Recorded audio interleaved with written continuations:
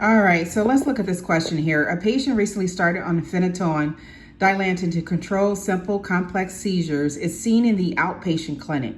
Which information obtained during his chart review and assessment will be of greatest concern?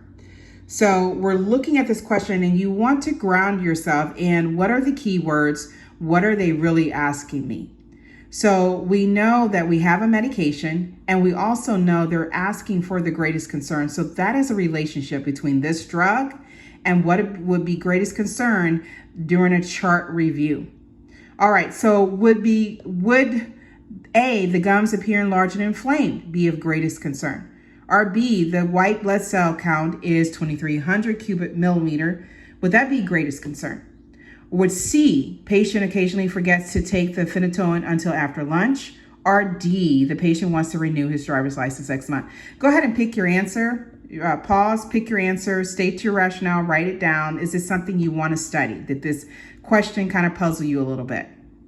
All right, so we're back. So again, we have a medication, a keyword here, medication, diagnosis. Those are like keywords for you. And of course, the stem of the question, upon the chart review, which assessment would be of greatest concern? All right, with the gums appearing large and inflamed, is that a great concern? I see something that possibly can be of greater concern. Gingival hyperplasia is a condition, something that can develop as a result of phenytoin. It is reversible, but that's not of greatest concern. We do need to contact the physician, make sure the physician is aware of that. Would be the white blood cell count is 2,300. That might be, I'm going to look at the other answers, potential answers.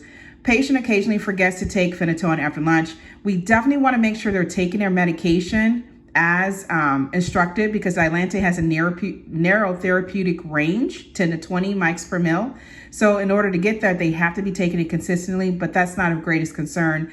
D, the patient wants to renew their driver's license. Again, we want to go in there and assess what's going on. When was the last time they had their seizure? Because depending on the state, they may not be able to get that. But B stands out because we know that our white blood cells help fight off infection. And when they get too low, I usually say about 5 to 10, some lab values, some lab places tell you 4 to 11. Either way, 2,300 is definitely low. So that puts them at risk for infection. And we know if they get infected, other people can too as well.